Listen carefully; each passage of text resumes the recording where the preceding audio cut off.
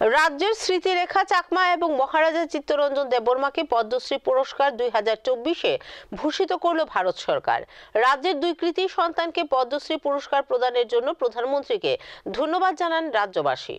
ভারত সরকারের তরফ থেকে শান্তিকালী আশ্রমের চিত্ত মহারাজ তথা শ্রী চিত্তরঞ্জন দেববর্মাকে আধ্যাত্মবাদ বিভাগে মর্যাদাপূর্ণ পদ্মশ্রী পুরস্কার প্রদান করে ভারত সরকার। চিত্ত মহারাজ আধ্যাত্মিকতা এবং শিক্ষার প্রসারের মাধ্যমে বহু মানুষের জীবন, বিশেষ করে জনজাতি বিভাগকে পরিবর্তন করে চলেছেন।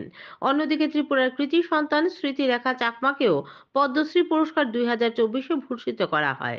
পরিবেশ বান্ধব সবজি তোলার সুতোকে ঐতিহ্যবাহী ডিজাইনে রঞ্জিত করা এবং প্রাকৃতিক রঞ্জক ব্যবহারের প্রচারের মাধ্যমে শিল্পে তার অবদান উল্লেখযোগ্য।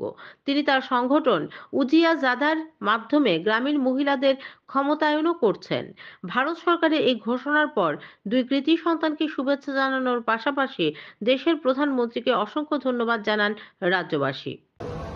যে পদ্মশ্রী লাভ করেছে এটাতে এত খুশি না আমি সমস্ত ত্রিপুরাবাসীকে আমি এই সংবাদ জানাতে চাই যে যে কর্ম কর সেই কর্মকে সৎভাবে কর্ম যদি করে সবাই এই উচ্চ স্থান অধিকার করতে পারে।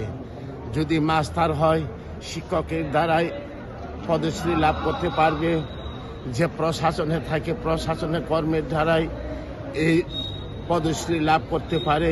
কিভাবে খবরটা পেলেন যে আপনি পদ্মশ্রী অ্যাওয়ার্ড পাইছেন? আমি তো মানে কয়েকদিন আগে খবর পাইছি আমার এগুলা পুরস্কার দিব, মোদি পুরস্কার খামু।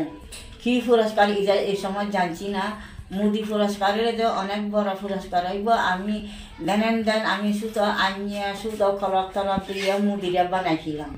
এটা পরশুদিন কাজ করছি কোনো রকম। তো কালকা ব্যাংকে গেছি, ব্যাংকে গিয়ে এই ব্যাংকে কাজ করতে সময় ওই আরো ফোন আছে, আমি পদ্মশ্রী পুরস্কার লেগে উত্তীর্ণ হয়ে গেছি। কি বিষয়ে পদ্মশ্রী পুরস্কারটা পাইছেন?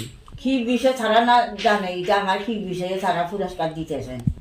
আমি তো পুরস্কারটা এটা আমার অধিকার নাই, আমি পুরস্কার চাওয়ানোর কোনো অধিকার নাই। তারা কি উদ্দেশ্যে পুরস্কার দিতেছেন আমি তো এটা বুঝছি না।